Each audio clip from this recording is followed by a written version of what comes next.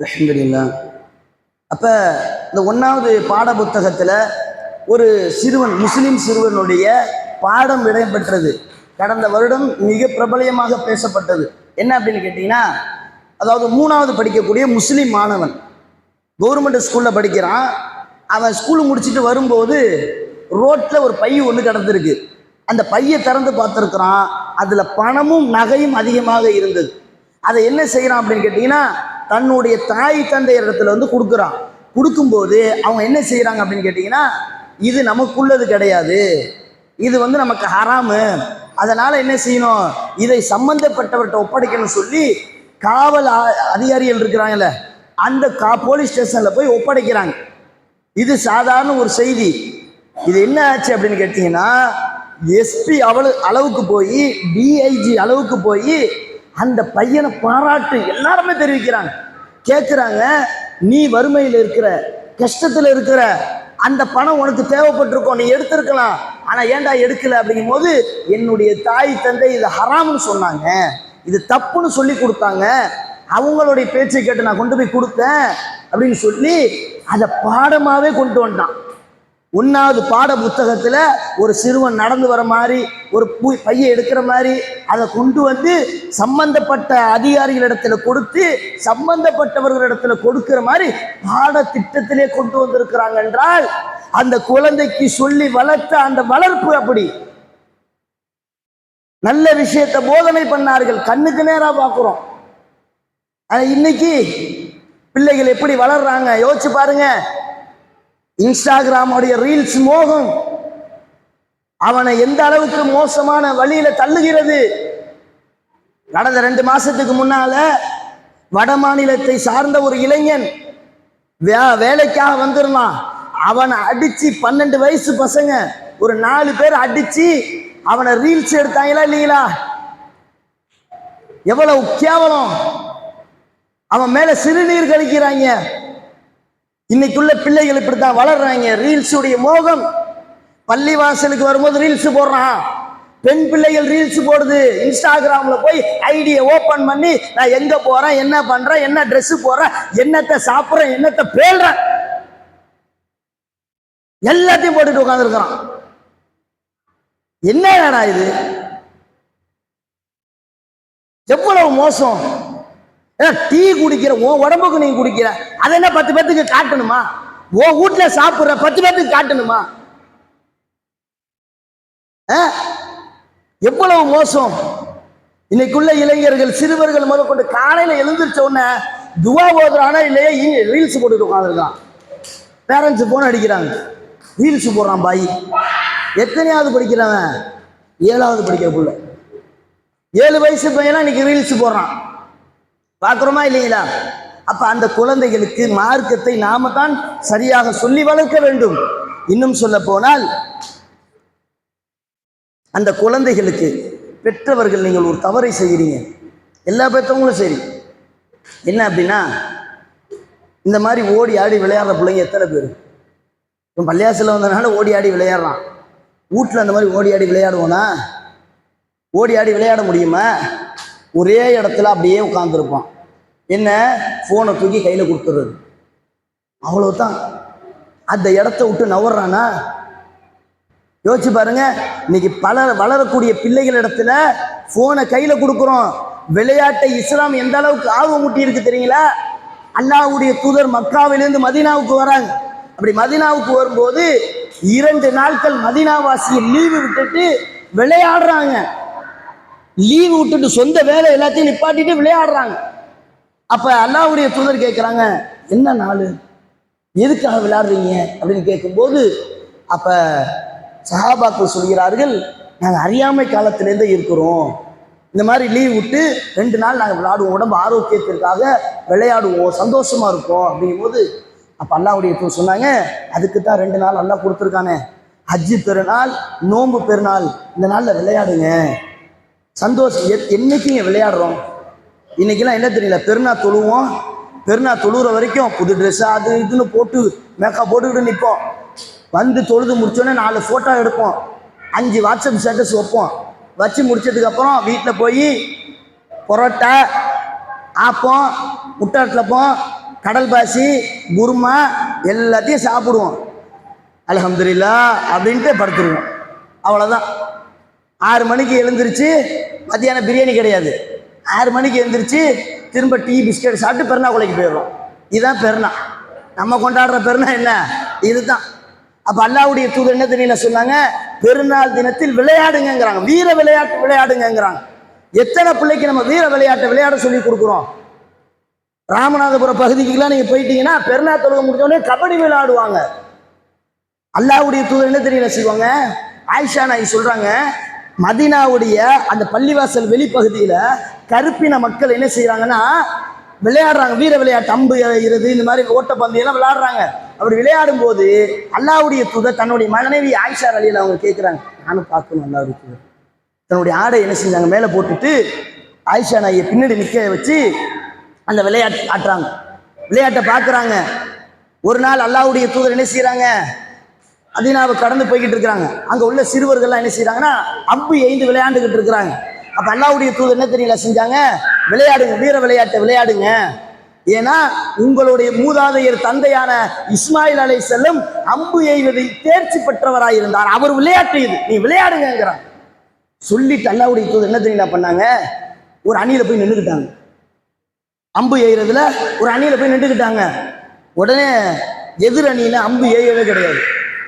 அல்லாஹ்வுடைய தூதர் கேட்குறாங்க, ஏன் இப்போ விளையாடலை, என்னோட விளையாடுங்களேன் அப்படிங்கும் போது அப்போ சஹாபாக்கள் சொல்லுவாங்க, அல்லாஹ்வுடைய தூதரே, நீங்கள் எதிர் அணியில் இருக்கும்போது நாங்கள் போய் உங்களுக்கு முன்னாடி விளையாட முடியுமா அப்படிங்கும்போது அப்போ அல்லாஹ்வுடைய தூதர் சொல்கிறாங்க, நான் இந்த அணியும் கிடையாது உங்கள் அணியும் கிடையாது, 2 அணிக்கு சமமாக இருக்கிறேன், இப்போ விளையாடுவோம் வாங்க அப்படின்னு அல்லாஹ்வுடைய தூதர் விளையாண்டுருக்கிறாங்க.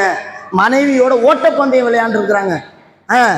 மனைவிமார்கள் இருக்கிறாங்கள, அவங்களோட ஓட்டப்பந்தயம் ஓடி ஆடி விளையாடுவாங்களாம். குதிரை பந்தயம் நடத்தி இருக்கிறாங்க, குதிரை பந்தயம் ஓடி ஆடி விளையாடுவாங்க. இன்னைக்கு நம்ம பிள்ளை விளையாடுறோம், சுடுறாங்கிறான், கொல்றாங்கிறான், சாப்பிட்றாங்கிறான் பப்ஜி கேம்ல. என்னடா விளையாட்டு? இதான் விளையாட்டா? அல்லாஹ்வுடைய அதே நேரத்தில் விளையாட்டை என்பது பிறரை காயப்படுத்திய கூட விளையாடக்கூடாது. கல் இருக்குங்களா, கல்லுகளை வைத்து சுண்டி விளையாடுவோம் தெரியுங்களா, இந்த விளையாட்டை விளையாடக்கூடாதுங்கிறாங்க. ஏன் தெரியுங்களா? அதை காரணத்தை சொல்றாங்க அல்லாஹ்வுடைய தூதர், இந்த சுண்டி விளையாடுவது அடுத்தவனை கொலை செய்யாது, கொன்று விடாது, ஆனா அடுத்தவனுடைய கண்ணையோ அடுத்தவனுடைய உடம்பையோ காயப்படுத்தி விடும். அதனால அந்த மாதிரி விளையாடாதீங்க. அதே மாதிரி விளையாடும் போது பிறர் உயிரினங்களுக்கு பாதம் விளைவிக்காம, எந்த அளவுக்குன்னா சஹாபாக்கள் இந்த கோழி இருக்குங்களா, கோழி விளையாட்டை காலில் கம்பு மாதிரி கட்டி ஆணி மாதிரி கட்டி என்ன செய்வாங்க விளையாட விட்டுக்கிட்டு இருந்தாங்க. அந்த வழியாக கடந்து போன இப்னு உமர் ரலியல்லாஹு அவங்க சொல்கிறாங்க, என்னப்பா விளையாடுறீங்க அப்படிங்கும் போது, இந்த மாதிரி கோழி வச்சது பிற உயிரை சேதப்படுத்தி விளையாடாதீங்க, அந்த மாதிரி விளையாட்டு தேவையில்லை, அதை தடுத்துக்கங்க என்று அல்லாஹ்வுடைய தூதர் சொன்ன அந்த செய்திகளை எல்லாம் என்ன செய்கிறாங்க எடுத்து சொல்கிறாங்க. இன்னைக்கு எத்தனை பிள்ளைங்க ஓட்டப்பந்தயம் விளையாடுறான், ஐஸ் பாய் ஒன்று விளையாடுறான், கபடி விளையாடுறான், ஸ்போர்ட்ஸில் எத்தனை பேர் முக்கியத்துவம் கொடுக்குறோம்.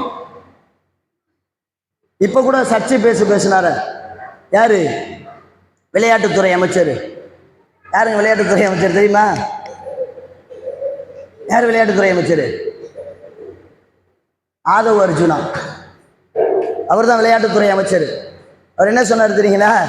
2 நாளைக்கு முன்னாடி விவசாயத்தை விட கஷ்டமானது விளையாட்டு அப்படின்ட்டாரு. நம்ம நேரில் இருந்து பார்த்தது மாதிரி என்னடா காரணம் அப்படின்னு கேட்டால், 5 மணிக்கு ஸ்போர்ட்ஸுக்கு வரான், கிரவுண்டில் இறங்குறான், சாயங்காலம் 6 மணி வரையும் விளையாடுறான் அப்படின்னு என்ன செய்கிறாங்க சொன்னாரா இல்லைங்களா? விளையாட்டு என்பது ஒரு உடம்புக்கு உடல் பயிற்சியை உண்டாக்கும்.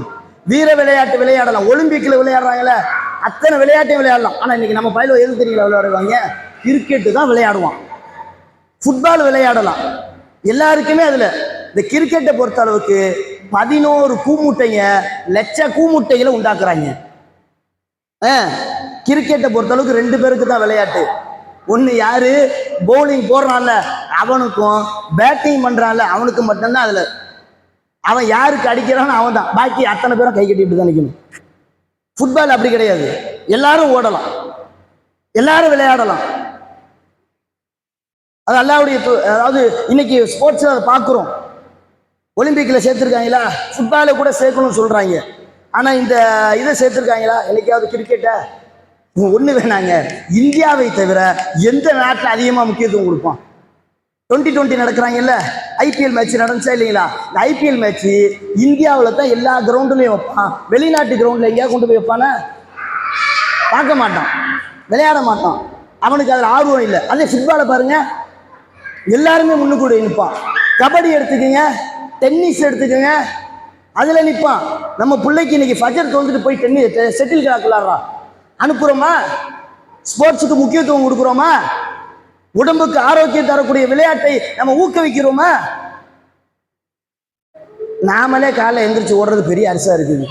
சுகர் வந்து போச்சா, 4 கிலோமீட்டர் நடக்கணும் டாக்டர் சொல்லிட்டாருங்களா, ஒரு நாள் ஃபஜர் விட்டுட்டோம், முடிஞ்சு அன்னைக்கு ஃபுல்லாக மூச்சு வாங்க ஆரம்பிச்சிடும். அதனாலேயே நிறைய பேர் ஃபஜருக்கு வருவாங்க, தொழுதுட்டு ஒரு 2 மணி நேரம் ராகத்தாக வாக்கிங் போயிட்டு வந்தால் நல்லா இருக்குதா அப்படின்ட்டு. அப்போ அந்த மாதிரி நம்ம பிள்ளைகளை நம்ம வளர்த்து விடக்கூடாது. அப்போ ஸ்போர்ட்ஸுக்கு அதிகமான முக்கியத்துவத்தை கொடுங்க, விளையாட்டுக்கு அதிக முக்கியத்துவம் கொடுங்க. உங்கள் பிள்ளைகள் விளையாடு, எது விளையாடுறான் ஃபோனை பிடுங்க கையிலேருந்து. என்னடா விளையாட்டு? விளையாட்டு என்பது என்ன? உடம்புக்கு ஆரோக்கியம். உடம்புலேருந்து ஏங்க ஒன்று வேணாங்க. இந்த ஜெயலலிதா அம்மா இறந்து போனாங்கல்ல, இறந்து போனாங்களா இல்லைங்களா? என்ன காரணம் தெரியுமா? குண்டா இருந்ததா? இன்னொரு காரணம் சுகரு.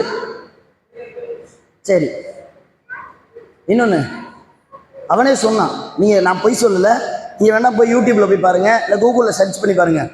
உடம்பிலிருந்து வேர்வை சுரக்கவில்லை. அவங்க எந்த நேரமும் ஏசியிலே தான் இருக்காங்க.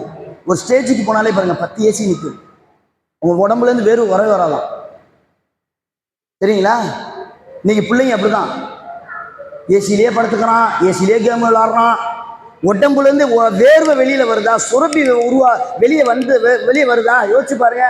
அது ஒரு கழிவுங்க. அது வெளியே தள்ளுறதுக்கு வேலையை பார்க்குறானா இன்னைக்கு? அப்போ பிள்ளைகள் இது போன்ற விளையாட்டுகளை விளையாடி கொண்டு இருக்கிறார்கள். உடம்புக்கு ஆரோக்கியம் இல்லாத விளையாட்டுகளை விளையாடுகிறார்கள். அப்போ என்ன செய்யுங்க? கூடுதல் முக்கியத்துவம் கொடுத்து அந்த குழந்தைகளை விளையாட்டுக்கு ஆர்வமூட்டுங்க. அல்லாஹ்வுடைய தூதர் அது ஆர்வமூட்டி இருக்கிறார்கள் என்பதை என்ன செய்ய முடிகிறது? பார்க்க முடிகிறது. அப்போ இனி வரக்கூடிய காலங்களில் இது போன்ற இஸ்லாம் எந்த ஒரு காரியத்தை சொன்னாலும் அது நல்லாகத்தான் இருக்கும், சிறந்ததாக இருக்கும் என்பதை விளங்கி நாம் என்ன செய்யணும்? நம்மளுடைய பிள்ளைகளுக்கு மார்க்கம் என்ன சொல்லி காட்டுகிறதோ அதில் கூடுதலாக ஒரே ஒரு செய்தியை சொல்லி முடிச்சுக்கிறேன். என்ன அப்படின்னு கேட்டிங்கன்னா, நாம் நம்ம பிள்ளைங்க நம்ம பேச்சை கேட்க மாட்டோம். ஒன்று விளங்கிங்க. என்ன அப்படின்னு கேட்டிங்கன்னா, நமக்கே தெரியாது சில சட்டங்களை. யாரையும் குறையா சொல்லலை, நமக்கு சொல்லி கொடுக்கல, அவ்வளோதான். நிறைய பேர்கிட்ட நம்ம கேள்வி கேட்ட வச்சு என்னப்பா என்கிட்ட கேள்வி கேட்குறீங்கம்பாங்க. நமக்கு தெரியல, இன்னைக்கு சொல்லி கொடுக்குறோம், ஆனால் அனுப்புறது கிடையாது. காலையில் எழுந்திரிச்சோன்னா முதல் காரியமாக என்ன செய்யணும் சொல்லுங்க?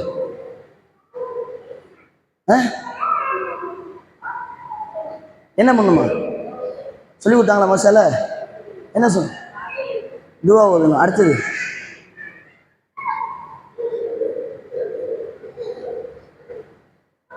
அவனை விடுங்க, அவன் விளாட்றான், அவனை கண்டுக்க வேணாம். நீங்கள் சொல்லுங்க. காலையில் எழுந்திரிச்சோன்னா துவா ஓதணும். துவா ஓதுனதுக்கு அப்புறம் முதல் காரியமாக என்ன செய்ய சொன்னாங்க அல்லாஹ்வுடைய தூதர்? கைகளை கழுவி வாய் கொப்பளிக்கணும். சரி. ஆனால் இன்னொரு செய்தி வருகிறது. நபிகள் நாயகம் ஸல்லல்லாஹு அலைஹி வஸல்லம் சொல்கிறார், காலையில் எழுந்திரிச்ச உடனே கைகளை அப்படியே பாத்திரத்துக்கும் கைவிடாமல் ஒரு பாத்திரத்தில் மொண்டு கழுவி மூக்க சிந்துங்கண்டாங்க. ஃபஸ்ட்டு ஷைத்தான் குடியிருப்பான், அதை முதல்ல அப்புறப்படுத்துங்கண்டாங்க. இதை மதரசாவில் சொல்லி கொடுக்குறோம், அனுப்புகிறோமா? பாஷாவுக்கு எத்தனை பேர் முக்கியத்துவம் கொடுக்குறோம்? காலையில் எழுந்திரிச்சோன்னு இந்த சட்டம். பாத்ரூமுக்கு போகும்போது எந்த காலை வைக்கணும், பாத்ரூமை விட்டு வெளியில் வரும்போது எந்த காலை வைக்கணும் சொல்லி கொடுக்குறோம். சொல்கிறோமா? அனுப்புகிறோமா? அனுப்புறது இல்லையே. காலையில் ஸ்கூலுக்கு போகும்போது என்ன துவா ஓதணும், ஸ்கூலை விட்டு வரும்போது என்ன துவா ஓதணும், வீட்டுக்குள் நுழையும் போது என்ன துவா, வீட்டை விட்டு வெளியில் போகும்போது என்ன துவா, எல்லாத்தையும் சொல்லி கொடுக்குறோம். ஆனால் அனுப்புகிறோமா? 1.5 லட்சம் ரூபா பணம் கட்டி சிபிஎஸ்சிக்கு அனுப்புவோம். அனுப்புகிறோமா இல்லைங்களா?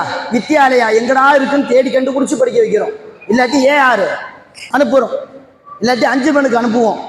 கொஞ்சம் வசதி வாய்ப்பு குறைவாக இருந்தால் 5 மணிக்கு அனுப்புகிறோம். அனுப்புகிறோமா இல்லைங்களா? இதுக்கெல்லாம் பார்த்து பார்த்து காலையில் அனுப்புகிற பிள்ளைகளை ஈவினிங் மதரசாவுக்கு எத்தனை பேர் அனுப்புகிறோம்? முக்கியத்துவம் கொடுக்குறோமா? அங்கே தானே நல்ல விஷயத்தை சொல்லி கொடுக்கப்படுது. ஏங்க 1.5 லட்சம் ரூபா கட்டி படிக்கிறானே, எச்சி துப்புல சொல்லி கொடுப்பானா வித்யாலயால? ஒண்ணுக்கு பேரு எப்படி சொல்லி கொடுப்பானா? ஒண்ணுக்கு பேஞ்சிட்டு எப்படி கழுவணுங்கிற சொல்லி கொடுப்பானா?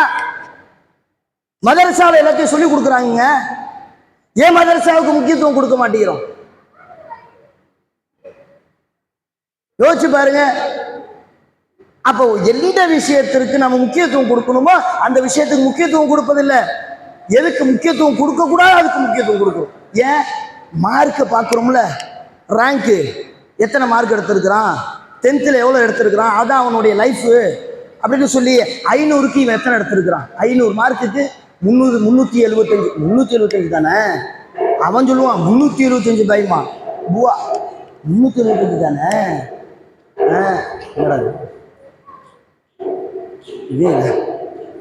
சரி, நான் ஏதோ டம்மு டம்மு அடிக்கிறாங்க நினைச்சேன். யோசிச்சு பாருங்க. இதுக்கு மார்க் பார்க்குறோமே, மார்க்க விஷயத்துல மார்க்க பார்த்தோமா? மார்க்கத்தில் என்னத்தை கத்துக்கிட்டான்? தொழுகையுடைய சட்டம் அவருக்கு கரெக்டா தெரியுதா? தொழுகையில எப்படி நிக்கணும் சொல்லி கொடுக்குறோமா?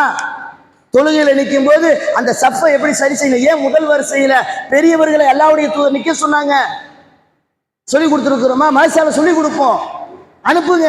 அனுப்புறோமா? என்ன பண்ணுவோம் தெரியுங்களா? பெரும்பாலான வீடுகள்ல காலையில போவானா, ஈவினிங் 4 மணிக்கு வருவான் பாருங்க. வரும்போதே தலையை பிடிச்சிட்டு வருவான்.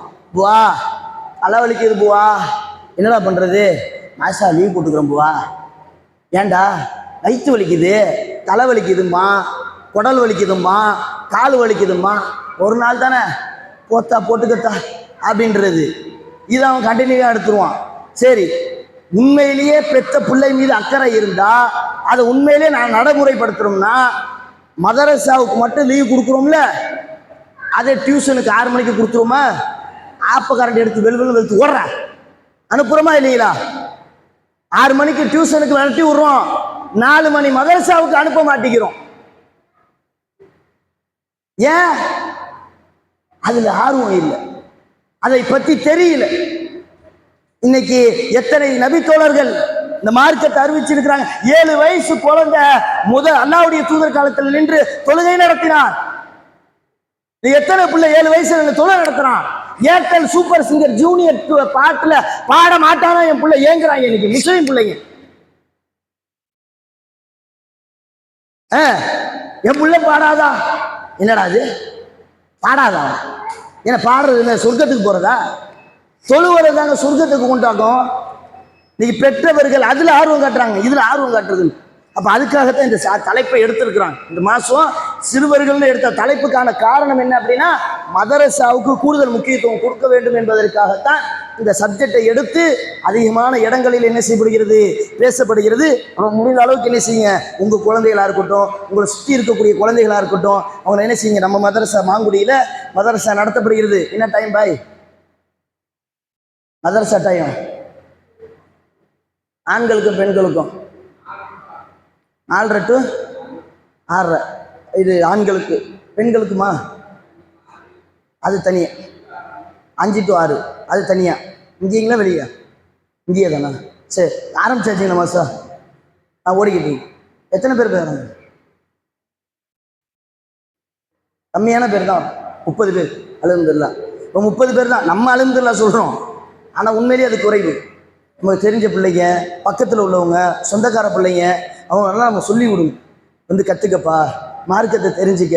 இந்த வயசில் மார்க்கத்தை தெரிஞ்சுக்கிட்டா தான் சொச்ச வயசில் என்ன செய்ய முடியும், அதை சரியான முறையில் வழி நடத்த முடியும் என்பதற்கு கூடுதல் முக்கியத்துவம் கொடுத்து நம்ம சுற்றி இருக்கக்கூடிய குழந்தைகளையும் என்ன செய்யணும், இன்ஷா அல்லாஹ் அனுப்புவோம். அப்படி அனுப்பக்கூடிய ஒரு பாக்கியத்தை வல்ல ரஹ்மான் நம்ம அனைவருக்கும் தந்தல் புரிவானான்னு சொல்லி எனது உரை முடித்துக் கொள்கிறேன். 2 கேள்வி மட்டும் கேட்டிருக்கிறாங்க. இந்த கேள்வி சின்ன கேள்வி தான், அதுக்கு மட்டும் விளக்கத்தை கொடுத்து முடிச்சுக்குவோம். ஒன்று என்ன அப்படின்னு கேட்டிங்கன்னா, தொழுகையில் ஆமீன் சொல்கிறாங்கல்ல, இந்த ஆமீன் சொல்லக்கூடியதை சில சகோதரர்கள் என்ன செய்கிறாங்கன்னா, ஆமீனை சப்தமாக சொல்லக்கூடாது, சில சகோதரர்கள் சப்தமாக சொல்லணும் அப்படின்னு சொல்கிறாங்க.